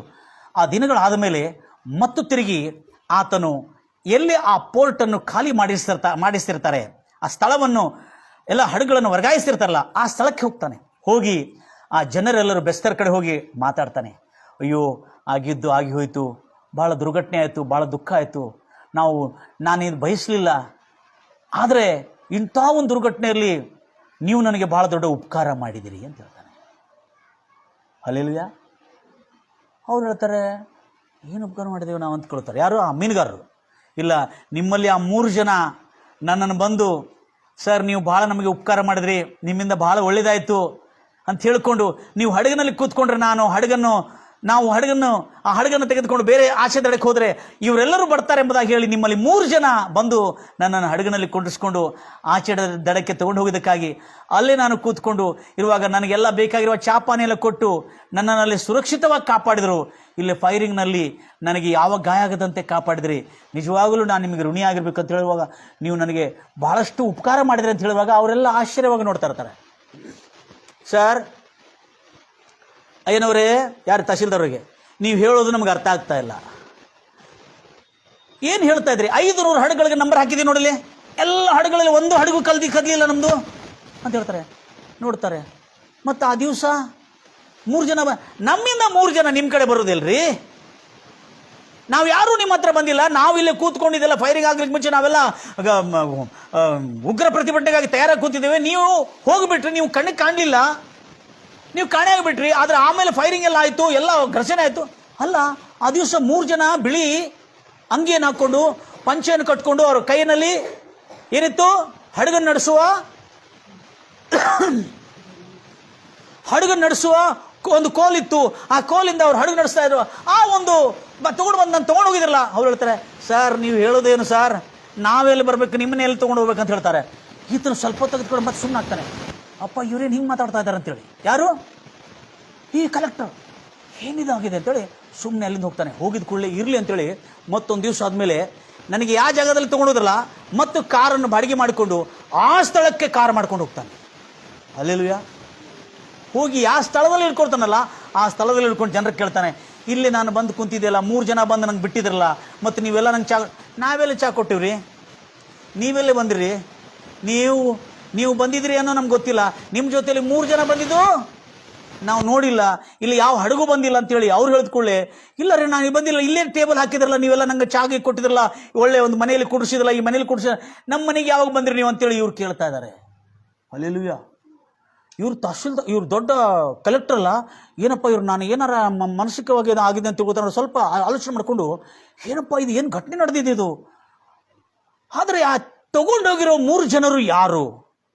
ಇದು ಯಾರು ಮಾಡಿದ್ದಾರೆ? ಯಾರು? ಯಾರು ಮಾಡಿದ್ದಾರೆ ಇದು ಕೆಲಸ ಅಂತೇಳಿ ಈತನು ಕಾರ್ ತಗೊಂಡು ಮತ್ತೆ ತಿರುಗಿ ಮನೆಗೆ ತೆರಳಿ ಬರ್ತಾ ಇರುವಾಗ ಆತನಿಗೆ ನೆನಪು ಬರ್ತದೆ. ಆ ಪಾಸ್ಟರ್ ಹೇಳ್ತಾನೆ, ಕೀರ್ತನೆ 91ರಲ್ಲಿರುವ ವಚನ, 1000 ಜನ ಈ ಎಡೆಯಲ್ಲಿ 10,000 ಜನ ಬಲಗಡೆಯಲ್ಲಿ ಬಿದ್ದು ಸತ್ತು ಬಿದ್ದರೂ ಕೂಡ ನಿನ್ನ ಕಡೆಗೆ ಯಾವ ಕೇಡು ಬರಲಾರದು. ದೇವರು ತನ್ನ ದೇವದೂತಗಳಿಗೆ ಅಪ್ಪಣೆ ಕೊಟ್ಟು ನಿನ್ನ ಕಾಲುಗಳು ಪಾದಗಳು ಕಲ್ಲಿಗೆ ತಗಲದಂತೆ ಅವುಗಳ ಕೈಗಳಲ್ಲಿ ಎತ್ತಿಕೊಂಡು ನಿನ್ನನ್ನು ಕಾಪಾಡ್ತವಂತ ಹೇಳಿ ಬರೆಯಲ್ಪಟ್ಟಿರುವ ವಚನ ಆತನಿಗೆ ನೆನಪು ಬಂತು. ಅಮ್ಮ, ನನ್ನನ್ನು ಕಾಪಾಡೋದಕ್ಕಾಗಿ ದೇವರು ದೂತರನ್ನು ಕಳಿಸಿದನ. ಓಹ್, ಎಲ್ಲರೂ ಹೇಳ್ತಾರೆ ಕೈಗಳ ತಂದೆ ದೇವರು ಮಾಡ್ತಾರೆ. ಹಲ್ಲೆಲೂಯಾ. ನನ್ನನ್ನು ಕಾಪಾಡೋದ ದೇವರು ದೂತರನ್ನು ಕಳಿಸಿದನ. ಈತನು ಆಶ್ಚರ್ಯಚಕಿತನಾಗ್ತಾನೆ. ಅದೇ ದಿವಸ ಯೇಸು ನಾವು ನುಡಿತಾ ಇದ್ದೇವೆ, ನಾವು ನೋಡಿಲ್ಲ, ಆದರೆ ಅದೃಶ್ಯವಾದ ದೇವದೂತಗಳನ್ನು ನನಗೆ ಕಳಿಸಿ ನನ್ನನ್ನು ಕಾಪಾಡಿದರೆ ಇಂತನಂತ ಸತ್ಯ ದೇವರು ಈ ಲೋಕದಲ್ಲಿ ಯಾರೂ ಇಲ್ಲ. ಕೀರ್ತನೆ 91ರಲ್ಲಿ ಹೇಳಿರ್ತಕ್ಕಂಥ ಆ ವಚನ ಅಕ್ಷರ ಸಹಿತವಾಗಿ ನನ್ನನ್ನು ಕಾಪಾಡಿದೆ, ನನ್ನನ್ನು ಪ್ರತಿದಿನ ಉನ್ನತಿ ತರ್ತದೆ. ನನ್ನ ಹೆಂಡತಿ ಮತ್ತು ನನ್ನ ಪಾಸ್ಟರ್ ಪ್ರೇಯರ್ ಮಾಡ್ತಾ ಇದ್ರು, ಅವರ ಮೊರೆಯನ್ನು ಕೇಳಿ ನನ್ನನ್ನು ಕಾಪಾಡಿದರೆ ನಿಶ್ಚಯವಾಗಿ ಆ ಯೇಸು, ಆ ಒಡೆಯನು, ಇರುವಾತನು, ಆತನ ಸರ್ವಶಕ್ತನು, ಮಹೋನ್ನತನು, ಆತನ ನಾಮಕ್ಕೆ ತಕ್ಕಂತೆ ಈ ಲೋಕದಲ್ಲಿ ಎಲ್ಲ ಶಕ್ತಿಗಳು ಆತನ ಅಧೀನದಲ್ಲಿದೆ. ಒಬ್ಬ ದೇವದೂತಗಳನ್ನು ಕಳಿಸಿ ನನ್ನನ್ನು ಕಾಪಾಡಿದನ. ನಾನು ಕಣ್ಣಾರೆ ನೋಡಿದ್ರೆ ಅರ್ಥ ಮಾಡಿಕೊಂಡಿಲ್ಲ ಎಂಥ ಸತ್ಯ ದೇವರು ಎಂಬುದಾಗಿ. ಈ ಸ್ಪೆಷಲ್ ಗ್ರೇಡ್ ಡೆಪ್ಯೂಟಿ ಕಲೆಕ್ಟರ್ ಅಂದಿನಿಂದ ದೇವರಿಗೆ ತನ್ನ ಜೀವನವನ್ನು ಅರ್ಪಿಸಿಬಿಟ್ಟಿದ್ದಾನೆ. ಅಬ್ ಜೀವಂಗಾ ತೋ ಮೈ ಉಸ್ಕಿ ಕೃಪಾ ಸೆ ಜೀ ರಹಾ ಹೂಂ. ಈಗ ನಾನು ಬದುಕುತ್ತಿರುವ ಜೀವನ ಇದು ನನ್ನ ಜೀವನ ಅಲ್ಲ, ದೇವರು ಕೊಟ್ಟ ಜೀವನ. ಇಂಥ ಭಯಂಕರವಾದಂಥ ಅಪಾಯದಿಂದ ಕಾಪಾಡಿದ್ದಾನೆ. ಯಾಕೆಂದ್ರೆ ಅದರೊಳಗೆ ತೋರ್ತಾನೆ.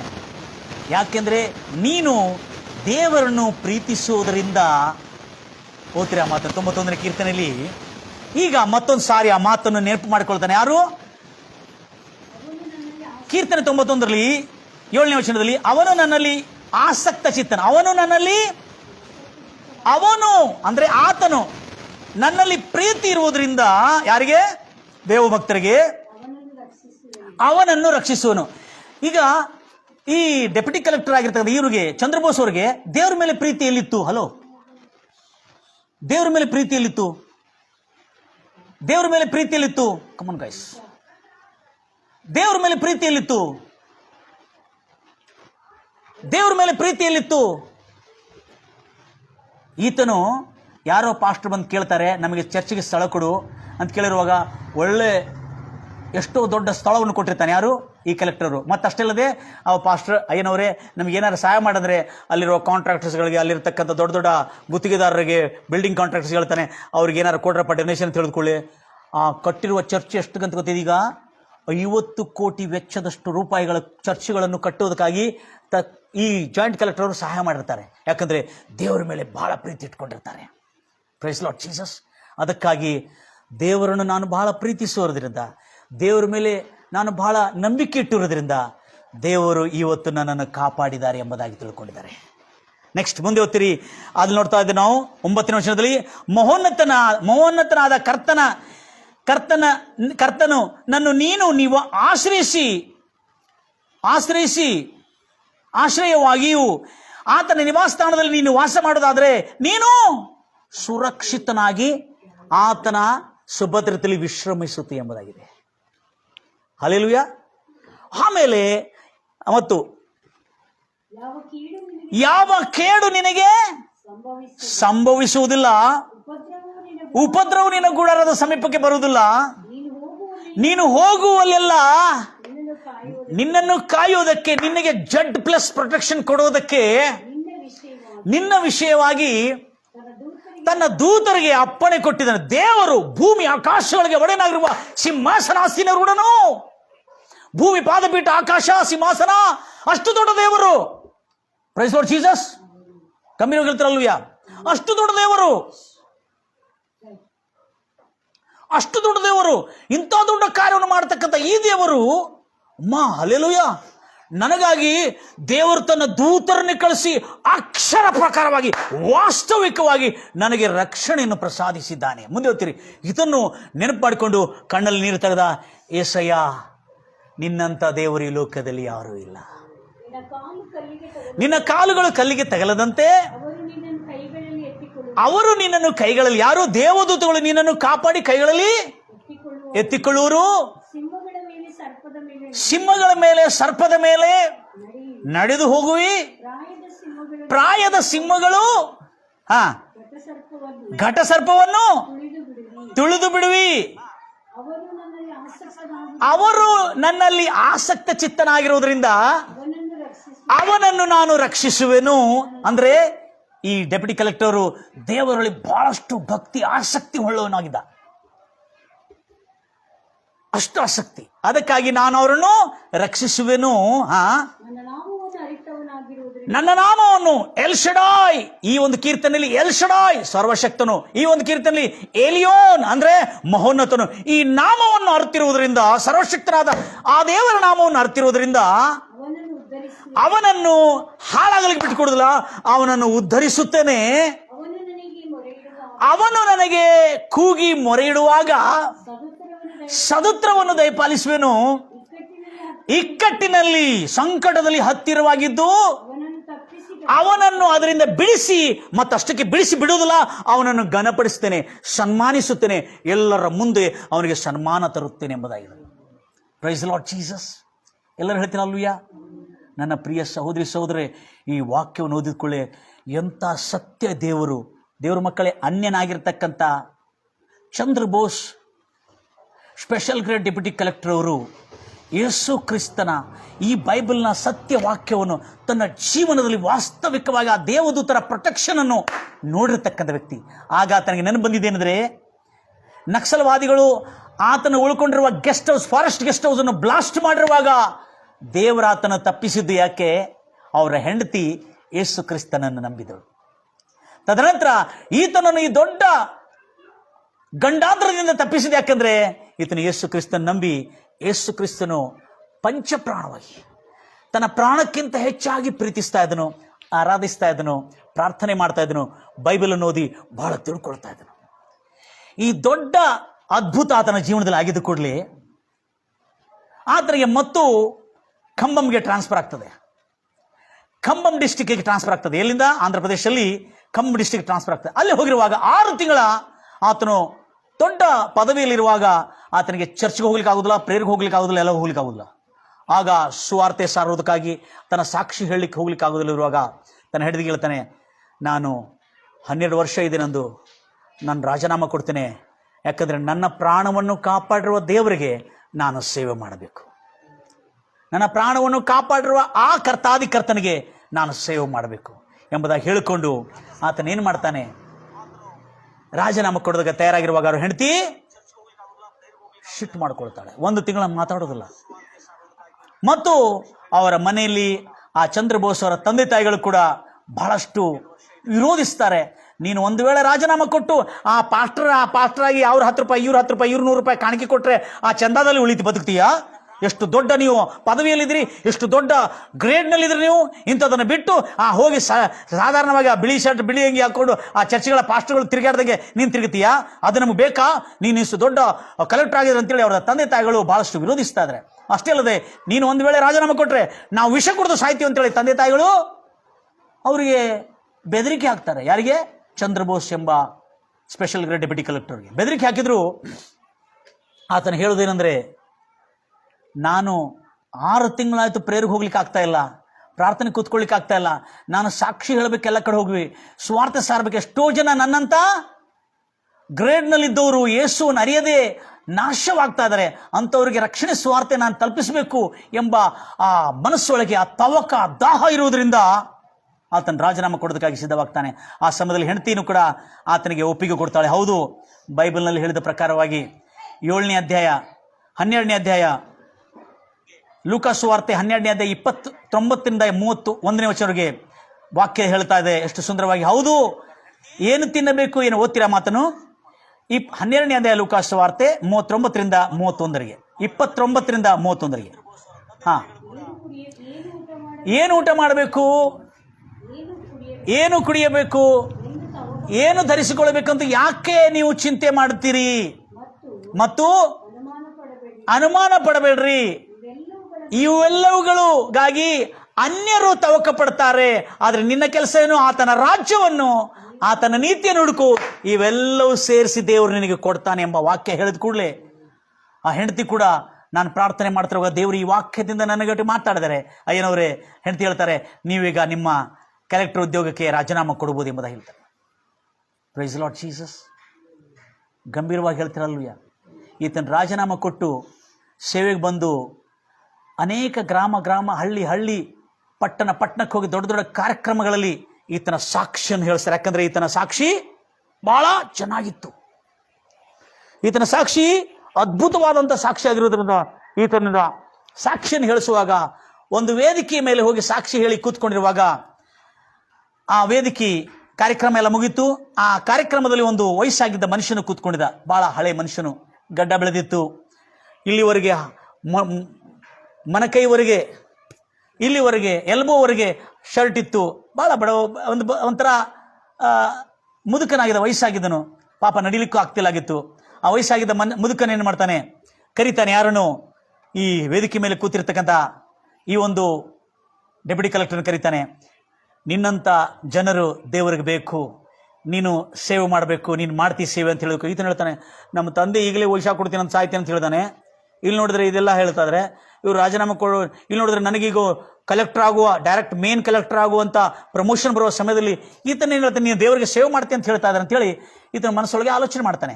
ಮತ್ತು ಆತನನ್ನು ಅಪ್ಕೊಳ್ತಾನೆ. ಅಪ್ಕೊಂಡಿದ ಕೂಡಲೇ ಆತನಿಗೆ ಒಂದು ವಿಶೇಷವಾದಂಥ ದೈವ ಸಾಮರ್ಥ್ಯ ಆ ಕಲೆಕ್ಟರ್ ಅವರಿಗೆ ತಲುಪುತ್ತೆ. ಆಮೇಲೆ ಅವರು ಹೋಗಿ ಕೂತ್ಕೊಳ್ತಾರೆ. ಕಾರ್ಯಕ್ರಮ ಎಲ್ಲ ಮುಗಿದ ಮೇಲೆ ಗಂಭೀರವಾಗಿ ಹೇಳ್ತಿರಲ್ವಯ್ಯ, ಕಾರ್ಯಕ್ರಮ ಎಲ್ಲ ಮುಗಿದ ಮೇಲೆ ತಹಸೀಲ್ದಾರ್ ಅವರು ಕೇಳ್ತಾರೆ, ಏನಂತೇಳಿ, ಅವ್ರು ಯಾರು ಅಂತ ಕೇಳ್ತಾರೆ. ಅವರು, ನಿಮ್ಗೆ ಗೊತ್ತಿಲ್ಲವ ಅವ್ರು ಯಾರು? ಅವರೇ ಹೋಸನ್ನ ಮಿನಿಸ್ಟ್ರಿ ಸ್ಥಾಪನೆ ಮಾಡಿ, ಹೋಸನ್ನ ಮಂದಿರಗಳನ್ನು ಭಾರತ ದೇಶದಲ್ಲಿ ಸ್ಥಾಪನೆ ಮಾಡಿರ್ತಕ್ಕಂಥ ಏಸನ್ನಾಯವರು, ಬ್ರದರ್ ಏಸನ್ನ ಅಂತ. ಹೌದಾ, ಬ್ರದರ್ ಏಸನ್ನ?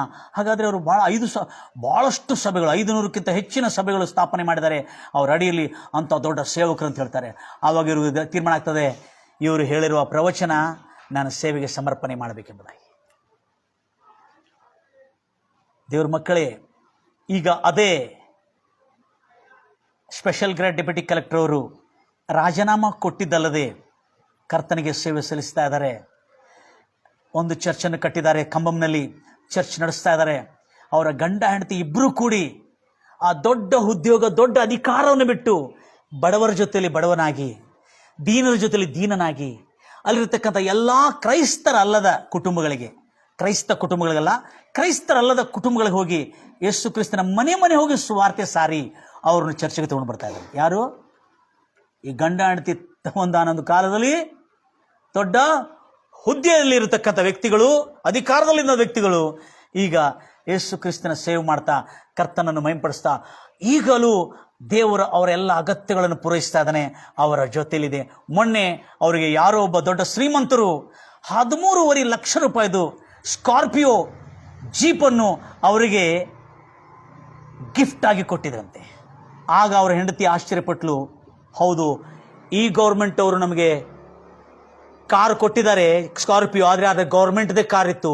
ಆದರೆ ಪರಲೋಕದ ಗೌರ್ಮೆಂಟಿಂದ ನಮಗೆ ಸ್ವಂತ ಈ ಸ್ಕಾರ್ಪಿಯೋ ಕಾರ್ ಕೊಟ್ಟರು, 13 ಲಕ್ಷದ. ಎಂಥ ದೊಡ್ಡ ದೇವರು! ನಿಜವಾಗಲೂ ಇಂಥ ಒಂದು ಕಷ್ಟಗಳಲ್ಲಿ ದೊಡ್ಡ ಉದ್ಯೋಗವನ್ನು ಬಿಟ್ಟಿದ್ದೇವೆ, ನಮ್ಮ ಪೆನ್ಷನ್ ನಮಗೆ ಸಾಕಾಗೋದು ಅಂತ ತಿಳ್ಕೊಂಡಿದ್ದೇವೆ. ನಮ್ಮ ಚಿಕ್ಕ ಕಾರ್, ಹಳೆ ಕಾರ್ ಇತ್ತು ಅವ್ರದ್ದು, ವ್ಯಾಗನಾರ್ ಕಾರು, ಆ ಕಾರ್ದಲ್ಲಿ ತಿರುಗಬಹುದು ಅಂತ ತಿಳ್ಕೊಂಡಿದ್ದೇವೆ. ದೇವರು ನಮ್ಮನ್ನು ಕೈ ಬಿಡಲಿಲ್ಲ. ಇಂಥ ದೊಡ್ಡ ಉದ್ಯೋಗದಲ್ಲಿ ನಮಗೆ ಸ್ವಂತ ಸ್ಕಾರ್ಪಿಯೋ ಕಾರನ್ನು ಕೊಟ್ಟು ಇನ್ನೂ ಸೇವೆಯನ್ನು ಬೆಳೆಸ್ತಾ ಇದ್ದಾರೆ. ಅವರು ಸುಮಾರೀಗ 70 ಕುಟುಂಬಗಳಿಗೆ ದೀಕ್ಷಾಸ್ಥಾನ ಕೊಟ್ಟಿದ್ದಾರೆ. ಈಗ ಅನೇಕ ಕುಟುಂಬಗಳು ಅವರು ಚರ್ಚೆಗೆ ಹೋಗ್ತಾ ಇದ್ದಾರೆ. ಅಂಥ ಒಂದು ಕಲೆಕ್ಟರ್ ಅವರು ಅಂಥ ಪ್ರಾಮಾಣಿಕವಾದ ಉದ್ಯೋಗವನ್ನು ಬಿಟ್ಟು ದೇವರ ಸೇವೆಗೆ ಬಂದಿದ್ದಾರೆ. ಆತ್ಮೀಯರೇ, ನಾವು ಮನಸ್ಸು ತಿರುಗಿಕೊಂಡು ಪಾಪ, ದ್ರೋಹ, ಅಪರಾಧಗಳನ್ನು ಬಿಟ್ಟು ದೇವರ ಸನ್ನಿಧಾನಕ್ಕೆ ತಿರುಗಿಕೊಳ್ಳಬೇಕಲ್ಲ. Praise the Lord Jesus. ಈ ಆತ್ಮೀಕ ಲೋಕದಲ್ಲಿ ಬಂದು ಮತ್ತು ಪಾಪಿಗಳಾಗಿ ಪ್ರಸಿದ್ಧವಾಗೋದಕ್ಕಿಂತಲೂ ಆ ಪಾಪದ ಲೋಕವನ್ನು ಬಿಟ್ಟು ಆಧ್ಯಾತ್ಮಿಕ ಲೋಕದಲ್ಲಿ ದೀನರಾಗಿ, ದೀನರ ಜೊತೆಲಿ ಬಳಕೆಯಾಗಿರುವುದಾದರೆ ನೀವು ದೇವರಾಜ್ಯದಲ್ಲಿ ಶ್ರೇಷ್ಠರೆಂದೇ ಎಣಿಸಲ್ಪಡ್ತಾರೆ. ಪ್ರಾರ್ಥನೆ ಮಾಡೋಣ, ಎಲ್ಲರೆದ್ದೆಂದು ಪ್ರಾರ್ಥನೆ ಮಾಡೋಣ. ನಮ್ಮನ್ನು ಅತ್ಯಧಿಕವಾಗಿ ಪ್ರೀತಿ ಮಾಡೋ ಪರಲೋಕದಲ್ಲಿರುವಂಥ ನಮ್ಮ ತಂದೆ, ಎಂಥ ಅದ್ಭುತವಾದಂಥ ಮಾತುಗಳಿಂದ ಕರ್ತನೆ. ದುರ್ಮಾರ್ಗದಲ್ಲಿ ಹೋಗುವವನು ದುರ್ಮಾರ್ಗದಲ್ಲಿ ನಾಶವಾಗುವುದು ನನಗೆಷ್ಟು ಮಾತ್ರಕ್ಕೂ ಇಷ್ಟ ಇಲ್ಲ.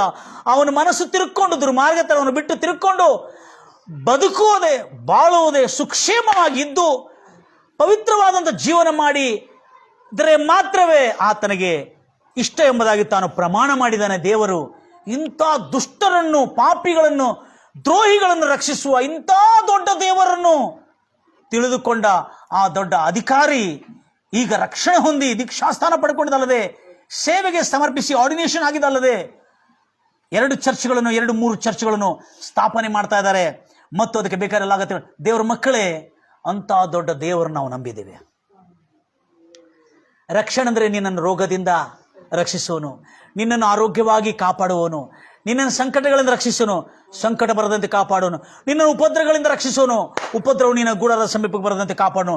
ಈ ರಕ್ಷಣೆಯನ್ನು, ಆ ನನ್ನ ವಿಶೇಷವಾದ ರಕ್ಷಣೆ 91ನೇ ಕೀರ್ತನೆಯಲ್ಲಿ ಬರೆಯಲ್ಪಟ್ಟಿರುವ ನಾನು ಅವರಿಗೆ ತೃಪ್ತಿಯುಳ್ಳ ದೀರ್ಘಾಯುವನ್ನು ಕೊಟ್ಟು ಅವ್ರನ್ನ ಆಶೀರ್ವದಿಸ್ತೇನೆ, ಉನ್ನತ ಸ್ಥಿತಿಗೆ ಇರ್ತೇನೆ. ಹಾಗೆ ಈ ವ್ಯಕ್ತಿಯನ್ನು ದೇವರು ಕೀರ್ತನೆ 91ರಲ್ಲಿ ಬರೆಯಲ್ಪಟ್ಟಿರ್ತಕ್ಕಂಥ ಎಲ್ಲ ವಚನಗಳಿಗೆ ತಕ್ಕಂತೆ ಈತನನ್ನು ಉನ್ನತ ಸ್ಥಿತಿಗೆ ತಂದಂತೆ ನಿನ್ನನ್ನು ಕೂಡ ತರಬೇಕೆಂಬುದಾಗಿ ಬಯಸ್ತೀಯಾ? ಹಾಗಾದರೆ ಸಮರ್ಪಿಸಿ ಪ್ರಾರ್ಥನೆಯಲ್ಲಿ ಏಕೀಭವಿಸಿ, ಹೌದು ಯೆಸಯ್ಯ, ನನ್ನನ್ನು ಕ್ಷಮಿಸು, ನೀನು ಸತ್ಯ ನಿತ್ಯ ದೇವರು, ಸರ್ವೇಶ್ವರನು, ಅದೃಶ್ಯವಾಗಿದೆ. ಆದರೆ ದೃಶ್ಯ ಲೋಕದಲ್ಲಿ ನಿನ್ನ ದೂತರನ್ನು ಕಳಿಸಿ ನಿನ್ನ ಮಕ್ಕಳಾಗಿರುವವರನ್ನು ಕಾಪಾಡಿದ ಕರ್ತನೆ, ರಕ್ಷಿಸಿದ ಕರ್ತನೆ. ರಾಜ ಒಬ್ಬನು ದೊಡ್ಡ ಅಧಿಕಾರವನ್ನು ಬಿಟ್ಟು ದೇವರ ಸೇವೆಯನ್ನು ಮಾಡೋದಕ್ಕಾಗಿ ಬಂದಿದ್ದಾರೆ.